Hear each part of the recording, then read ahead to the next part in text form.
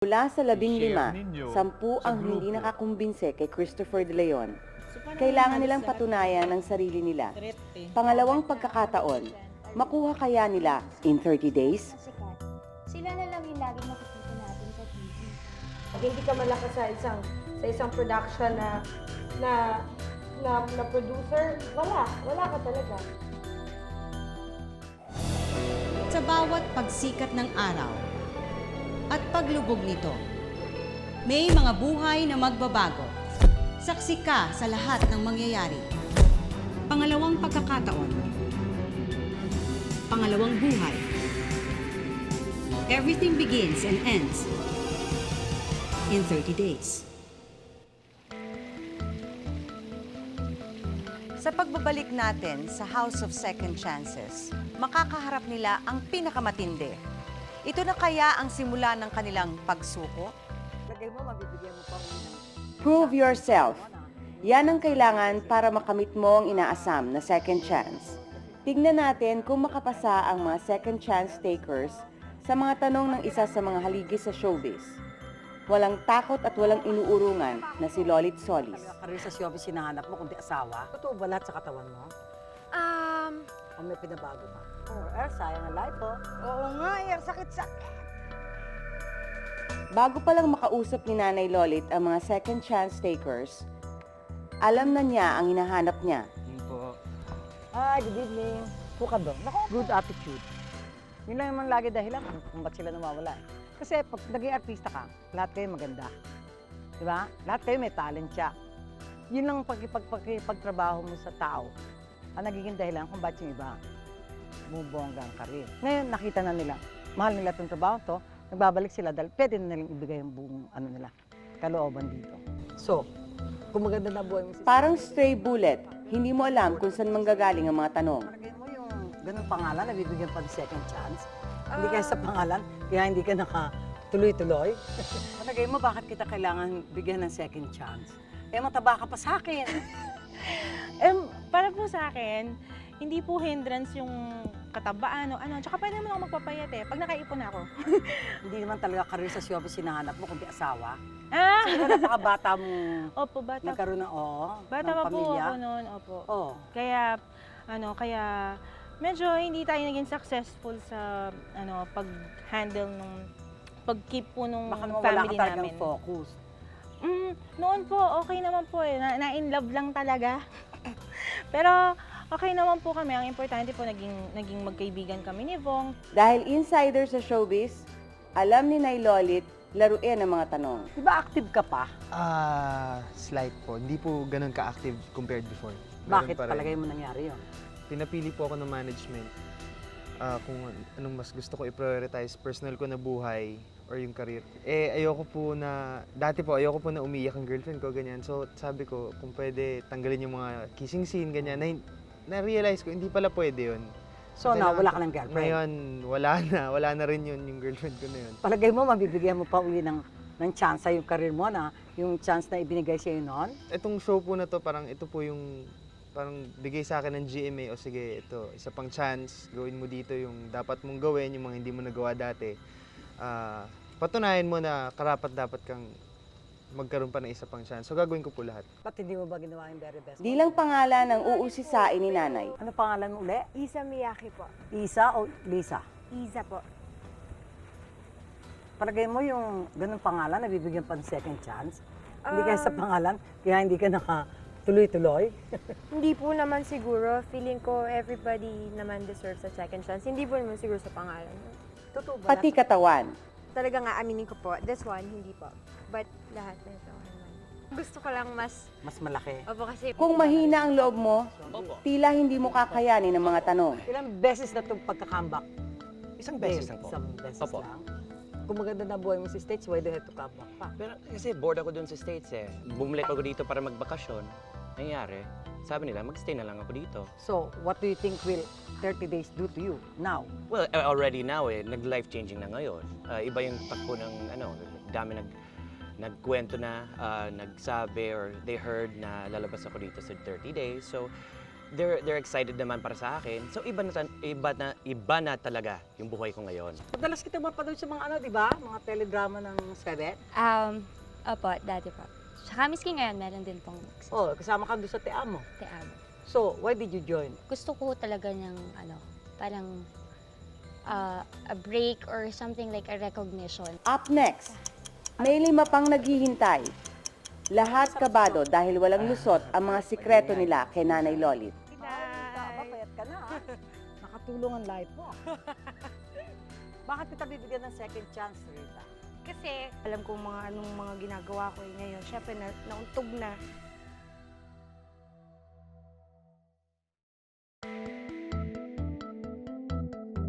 Bilang manager at star builder, walang takot na hinarap ni Lolit Solis ang pakiramdam ng naunang 5. Lumalalim ang gabi, lumalalim ang usapan.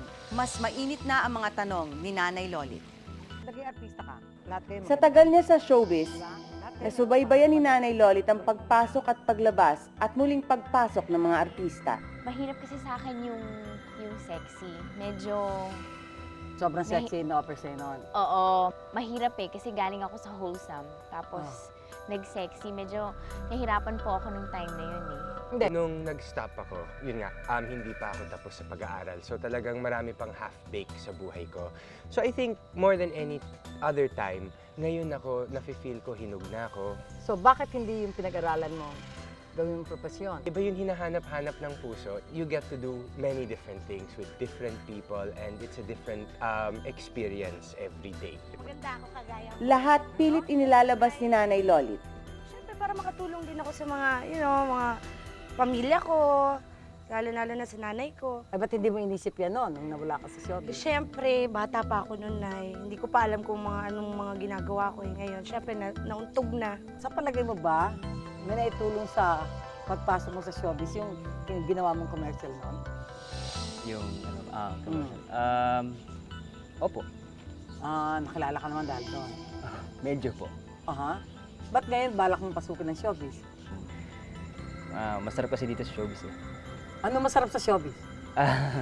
Madali nga yun. Ibig sabihin, madali ang kitaan, tapos malaki nga yung, yung budget mo, yung sweldo mo, tapos nag-enjoy ka po. Oh, ay bakit ka huminto doon? Noon, Oh, nagkaroon lang po ng problema. ano yung problema? Malalim na Ba't kailangan ka pang bumalik sa pelikula, Shirley? Dahil po, mahal ko po itong trabahong to. Oh, ay ba't ka umalis noon kung mahal mo? Medyo meron lang mga personal na reasons ba't ako umalis dati. Basically, tungkol sa family, tungkol sa pamilya ko. And I decided na medyo mag-stop muna kasi medyo puro bold din yung offer that time. And I don't think ready na ako for that kind of role at that time. So ngayon, kung ano ba bold tuloy ang ialok sa'yo, Pag magandang pelikula po at may magandang mensahe yung pelikula, siguro po nasa tamang edad na naman ako, makakapag-desisyon na po ako. Up next, Hindi ko nga alam magkakaiyakan na. Hahalukayin ng pinakamatinding emosyon. Magmamakaawa sa kanilang pagbabalik. Nagmamakaawa ako.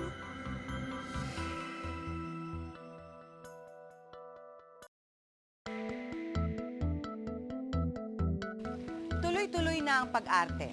Nakita na kaya ni Loris Guillen ang hinahanap niya? Second batch ng chance takers ang sasabak. Patindihan ng emosyon. Lahat gagawin para sa second chance. I don't really care about the words that you're going to use here. What I'm looking for is if you believe, if you're convincing, and action.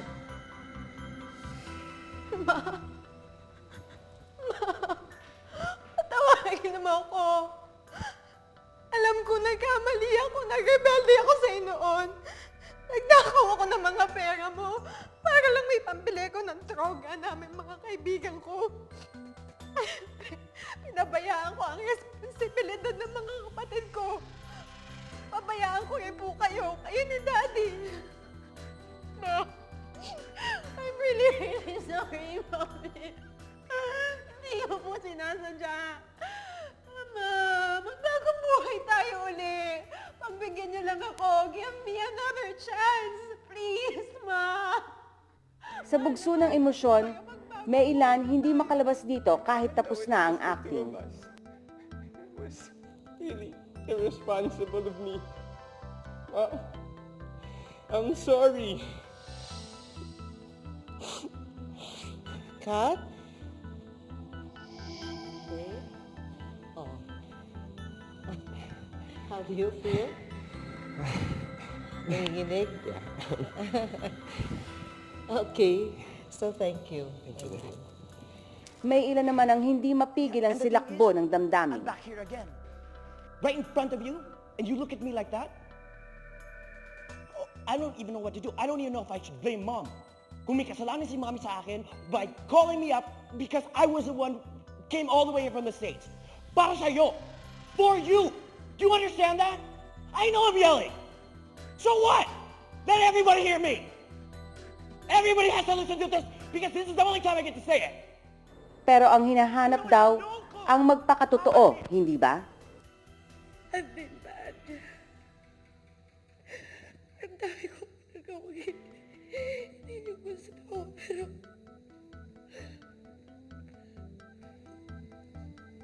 You want to try another approach? I mean, do it the way you normally do it with your dad. Comedy. Okay fine. I mean, di ba? And action. Pa. Siyempre, nagalit kayo sa akin dahil kung bakit ako nag-bold star. Pero, siyempre, love niyo pa rin ako. Ay, patatawarin niyo pa rin ako. I love you. Yun po. Work on the remorse. Work on the... yung pagsisisi. What have you done? Sana mapatawad niyo po ako. Matagal ko nung inaasam na mayakap kayo ulit. Hindi ko po hinihingi ang tulong ninyo. Gusto ko lang po sanang maramdaman ulit na mahal niyo ako.